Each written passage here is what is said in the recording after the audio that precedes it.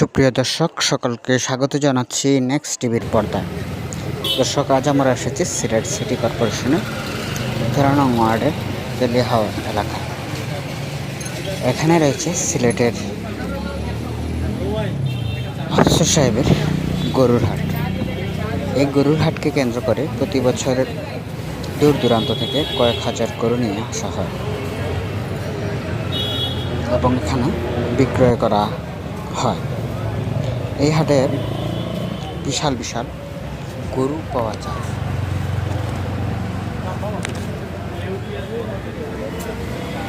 এই হাটে হাট বসে প্রতি শুক্রবার ছাড়াও সারা বছর দিনরাত এখান থেকে গরু, ছাগল, ভেড়া, খাসি ক্রয় করা যায়।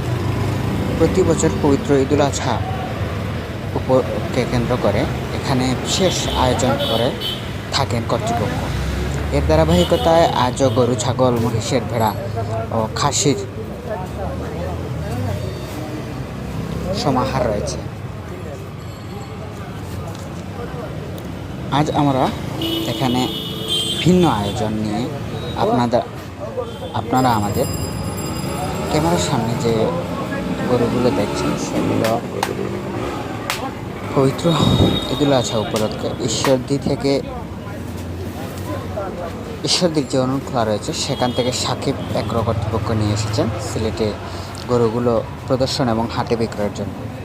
তারা সাধারণত কোরবানির ঈদে বিক্রয়ের জন্য অস্ট্রেলিয়ান ফ্রিজিয়ান, দেশি, ক্রস, বার্মা সহ বিভিন্ন জাতের গরু লালন পালন করে থাকেন। এই গরুগুলো দেশীয় পদ্ধতিতে পালন করে থাকেন এবং এর ব্যত্যয় ঘটেনি আবারও এখানে বড় ছোট বিভিন্ন সাইজের প্রায় শখানেক গরু